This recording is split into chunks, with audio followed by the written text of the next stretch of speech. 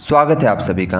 Exam में ये NCERT का ये प्रश्न आ जाए या इससे मिलता जुलता कोई भी प्रश्न आए, आप पूरे के पूरे 5 नंबर ले आएंगे इस वीडियो को देखने के बाद। इतना आसान होता है ये। तो चलिए समझना शुरू करते हैं।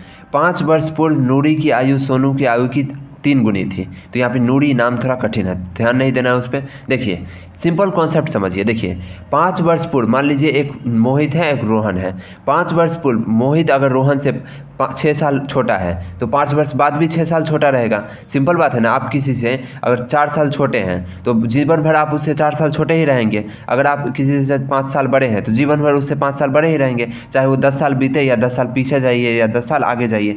लेकिन कॉन्सेप्ट कहाँ काम आता है, अगर आप किसी से आज 2 गुने बड़े हैं तो ज़रूरी नहीं है कि जीवन भर उससे 2 गुने बड़े ही रहेंगे। भविष्य में हो सकता है कि आप उससे 1 गुने हो जाएं और फिर उससे इस तरह से अगर गुना में रहे, जैसे कोई 5 वर्ष पहले दुगुना था या तिगुना था तो जीवन भर दुगना तिगुना ही रहेगा, ऐसा ज़रूरी नहीं है। इसीलिए इस तरह के प्रश्न को बनाया जाता है। तो यहाँ पे क्या बोला गया है कि 5 वर्ष पूर्व नूरी की आयु सोनू की आयु की 3 गुनी थी, लेकिन 10 वर्ष पश्चात नूरी की आयु सोनू की आयु की 2 गुनी हो जाएगी, यानी 1 गुना कम हो जाएगा।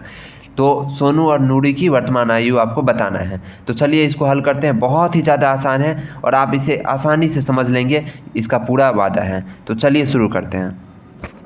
बिल्कुल घबराइए नहीं, समय भी आपका बर्बाद नहीं होगा। एकदम कम समय में आप आसानी से समझ लीजिएगा और इसके बाद आप खुद हल कर लीजिएगा बंद करके सब कुछ। तो देखिए, माना कि नूरी की आयु x है, नूरी की आयु x है और सोनू की आयु y है। तो x y मान लिए, ठीक है।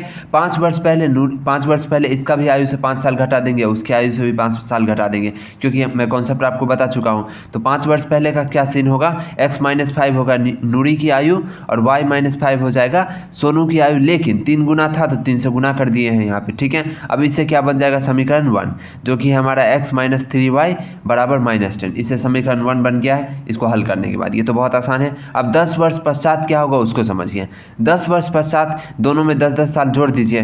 तो x में भी 10 साल जोड़े, यानी नूरी में भी 10 साल जोड़े हैं और सोनू में भी 10 साल जोड़ दिए हैं, ठीक है। अब क्वेश्चन में आपको बता दिया है कि 10 वर्ष पश्चात कितना हो जाएगा, दुगुना हो जाएगा। तो 2 से गुना कर दिए हैं। इस कॉन्सेप्ट को आप समझ चुके हैं। सोनू की आयु 10 वर्ष पश्चात दुगनी हो जाएगी, ये बात क्वेश्चन में बताया गया है। और सोनू y को रिप्रेजेंट करता है, इसलिए y वाले तरफ हम दुगना कर दिए, 2 से गुना कर दिए। अब इससे समीकरण 2 बन गया, जो कि हमारा समीकरण है दूसरा वाला, x - 2y बराबर 10, ठीक है।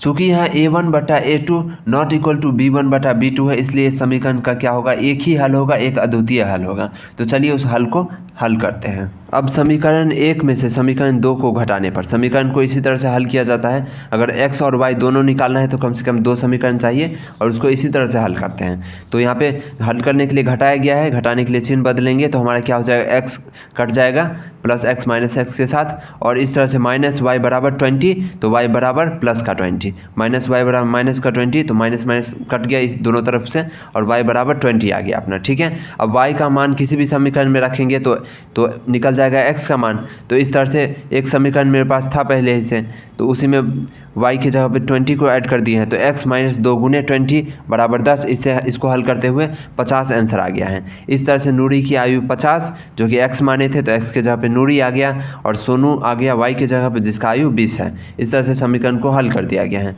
उम्मीद है आपको ये समझ में आया होगा। तो वीडियो को लाइक और चैनल को सब्सक्राइब जरूर कीजिए।